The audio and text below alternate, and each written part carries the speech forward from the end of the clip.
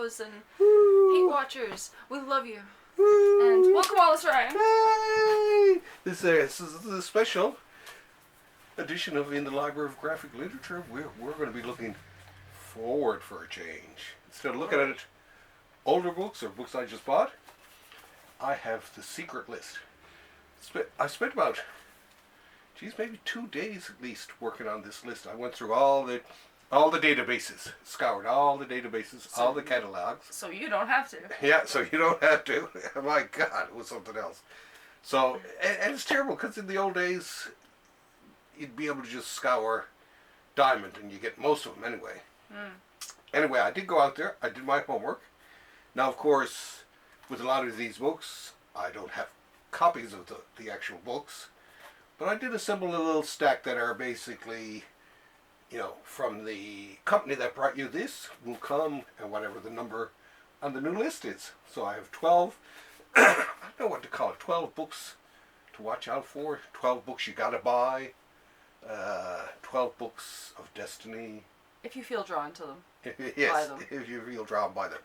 So anyway, 12 books, 12, now I had quite a list too from right up until almost October of 2026, so it was only November and December missing from this list. So this is almost the best of 2026 ahead of time. Now there might be other books that come in here, you never know. There's a couple I'm hoping for. I know that Rick Parker, he's working on one called The Artiste, but I think that's for 2027 though.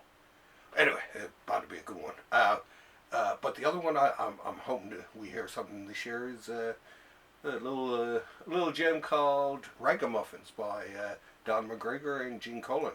It's a little masterpiece from way back in the day.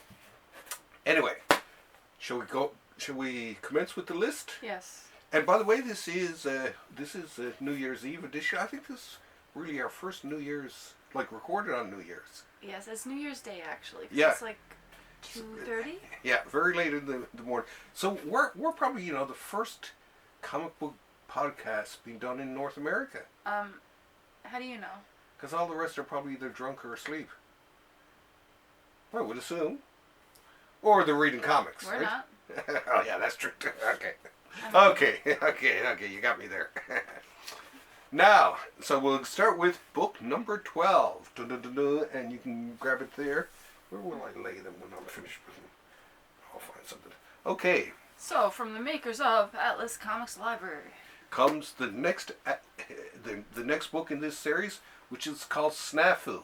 And it's basically sort of like a satire magazine, but it has Stan Lee and it has a lot of the other lot of people who would in the end become big in the Marvel universe, creating like Iron Man and co-creating a lot of stuff. Mm-hmm. So I love everything that's in. Like that one's actually a good book, The Police Action. I love I love true crime, but I like police procedural. So I love police comics. They're usually a lot of fun anyway. That one was actually a lot of fun to read. But I mean, now one came out, the girls comics. I read a few of them, but after a while, it tends to slow down because they're all romance comics, and I'm not big into romance. But I'll still I'll still read one every so often. So Snafu, definitely a comic. Now this, of course, this is Atlas Comics, being what is now Marvel Comics.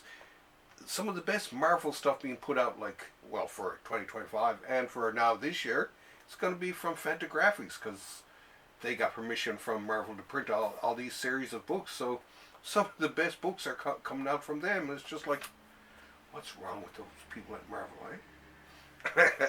Many things. Many things. Okay, we'll move on to book number 11 on our list. And it is going to be, and it's similar in size to this, Prince Valiant. Only this Prince Valiant, this is from the ongoing series, one of my favorites by Hal Foster, who actually I never realized until very recently was actually from Halifax. Hal Foster, I mean, he's like a god in terms of newspaper strips and stuff like that. He did Prince Valiant, absolutely stunning piece of comic book work, right? And it went on for years. But what's going to be released is this Prince Valiant they did. I think they had done a movie, and so they wanted to do like a fancy comic book adaptation of the movie.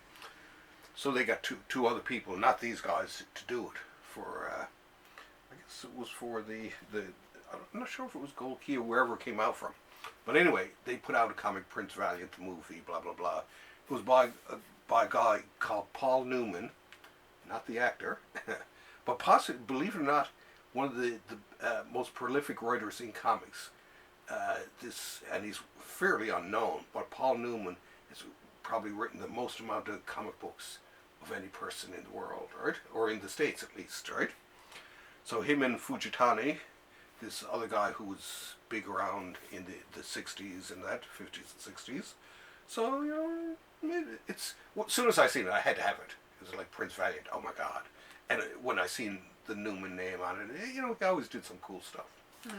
Anyway, on to book number 10. And pull up, it's continuing in this fine series of the Carl Barks Library.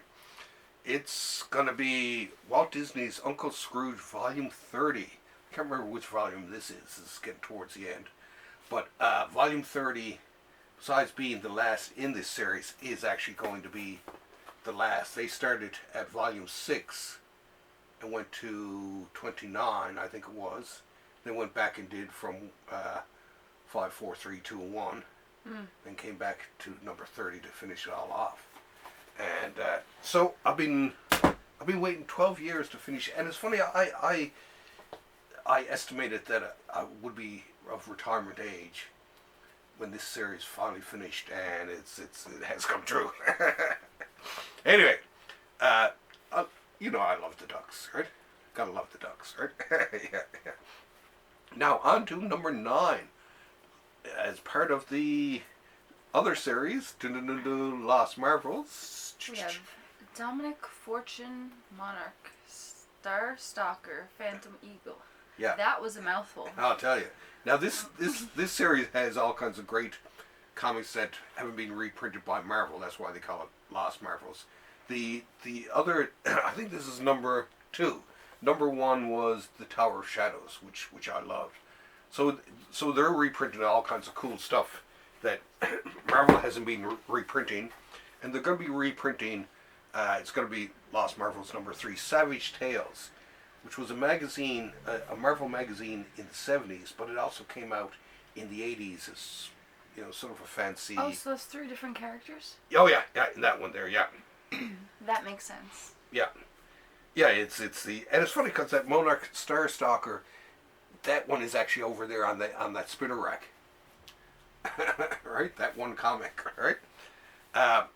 But the one that's coming out in that series, number 3, it's called Savage Tales. It was like a comic magazine, kind of like heavy metal, because in the 80s, heavy metal had kicked such ass from the 77 on that Marvel and all them were trying to imitate what heavy metal had done in terms of producing adult comics.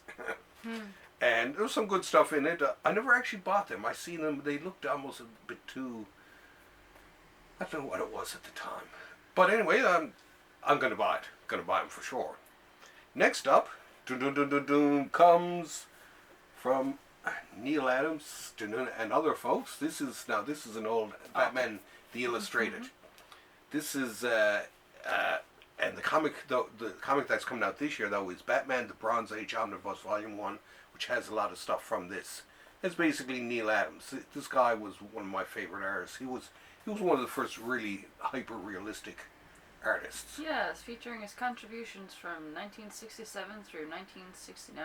Yeah, so this is why I picked this particular volume. Now I'll still buy it because I gotta have the.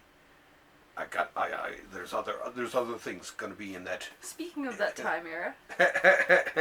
There's that. So there's other stuff. Look, fancy. Boy, I wish I was as good looking as you are tonight there. Although I feel pretty cool with my Peanuts t-shirt. Yeah. Yeah. Anyway, so the Batman Omnibus, Bronze Age Omnibus Volume 1. Took a lot out of me saying that. No, it looks like it's going to be good. It got a lot of comics I would have read as a kid, so gotta have it, alright? Next up, number 7 is volume 2 of this series. This is volume 1 that we're going to be showing you. Da-da-da-da. This is a little baby called Marvel Fanfare. Da-na-na-na-na-na. Now, this series was great. Volume 2 is going to be just as good. What this was, it was a lot of, it was in the 80s. Marvel had gotten a lot of their, they'd get their best writers and artists to do stories, sort of short limited stories, and put them together in this. And there was a lot of good stuff in this. Frank Miller, who did Sin City and all kinds of other stuff. This one is one of my favorite. It's The Thing and the Torch at Christmas time, and it's an amazing story. But all the stories were really cool. They were short, maybe 2 or 3 episodes, but the later ones too. There was one, The Angel from the X-Men, is in it, and it's absolutely gorgeous. So volume 2 of that. I was waiting for volume 1 long enough. It's about time volume 2 came out. Next up, another volume 2. And this one, I'm almost finished this volume 1. I've been reading it like crazy. The recently acquired, this is the 3rd time this has been on the show now, or at least this book. But volume 2 of this book is coming out this year. I think that one's coming out on my birthday, you know? It feels so nice. I know, I love that, right? The whole production values, and with this little inset bookmark, it almost looks like. And the other volume looks exactly like this, except for, volume 2. It'll just have 2 there. But absolutely beautiful. I love that series. It's so important to comics in general. Now on to number 5. Now this was a graphic novel done by Lewis, John Lewis. He was a politician down the States. Now this is run, but this is not the book that's being collected. The book that's being collected is one called March, which was his famous one that he won an Eisner Award. He was probably the first congressman to win an Eisner Award, and he won 2. So he did this series March about hanging out with Martin Luther King and just civil rights and yada yada yada. But I was never able to I couldn't even find my copy here tonight of it, so that's why I had to go with that one. So I think it might have ended up accidentally packed away, or it's probably in a reading stack somewhere.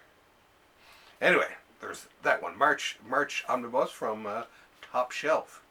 Now number 4, continuing in the fine series of Richard Corbin Library from Dark Horse. And this, of course, is Dimwood. There were 2 out this year, Dimwood and Rat God. And I love this guy. I mean, you've seen him many times. He has a very photorealistic look to his artwork. And the one that's coming out this year is called The Lost Voyage of Sinbad. And it was a comic that I think ran in Heavy Metal, I do believe. But yeah, you can see now this was actually his last book before he died, and it was finished off by his daughter and Jose Villarrubia, who's been working the colors on the entire library series, which is why it's so darn beautiful. But yeah, so that one, and I'm sure there must be another one coming out from that series, but I didn't see it, but I know it's there. Now, we'll pause for a second, because the next one, I couldn't find anything to represent, a book to represent the next one. I might even have one of her comics somewhere stashed far away, whatever, but she'd never been out in a hardcover. And the name of the book is Bitchy. Well, it actually has a longer name to be quite honest. Bitchy, The Exasperating Existence of Midge McCracken. And it's by this woman, Roberta Gregory. And it's absolutely hilarious. It was one of my favorite comics of, was it the 90s and into the 2000s, but very funny. Very, very funny. It's very radical, but still very, very funny. It's radical and heartwarming without being preachy, which is the way you really get to people's heart. And I've been waiting decades for this book, bloody decades. So I'm gonna be some happy. Anyway, the next one, this is a book from this is not actually. This is more the artist. This, of course, is Mobius. Mobius. This is my edition of Arzak that I got. I don't know whether or not Dark Horse is going to do an edition of this for their library, because Dark Horse, of course, is doing the Mobius library nowadays. And this year they're coming out with something called The Depressed Hunter, which has never been translated into English, and I have not even ever seen. So to me, it's going to be like, I'm a Mobius nut, and I think I've seen just about everything. But this is something I've never ever seen anywhere. And when I seen it, I almost fainted, and that's true. So that one really looking forward to. And that was the number 2. Now the number 1 book, that I'm super looking forward to, will contain this, and it's going to be the Peep Show collection from Fantagraphic Books, presenting Joe Metz's classic and very funny series Peep Show. It's very realistic, it's very raw, but it's very funny. And I'd met him online. We'd sold books to each other, or I bought books off of him. And really, I actually met him once. It went down in New York, but really nice guy. I always loved his work. Unfortunately, he died there a couple of years ago. And they did put out his last issue of Peep Show just after he died, and I'm assuming that'll be in the collection. But for anyone, if you like funny comics, you like comedy and satire, oh my God, it's bloody hilarious. And he talks, of course, a lot about Seth in there, and oh God, who's Seth, and Chester Brown, who we got to meet downtown. Okay. For that thing, because him and Seth and Chester used to hang out together in Toronto. They were the Cartoonists 3, and I mean you got to meet Chester. He's a very cool cat. I like him. He's one of the most gentle cartoonists that I've ever met. Cartoonists sometimes can be a rowdy bunch, but a lot of times they can be pretty darn quiet too, I guess. But anyway, Peep Show, I can't wait for that. Now, in terms of the also rans, I'll just run through what was on the rest of the list. Let's see, we had Avengers Omnibus, Volume 6, Wonder Woman Silver Age, Volume 3, which I like that stuff. Book of Slaughter, Titans, X Factor Omnibus, Volume 2. I'm not going to get it. Dennis probably will. I got all those. Animal Man by Tom Veitch and Steve Dunn. Animal Man is kind of cool. And the covers on the Animal Man comics were always great.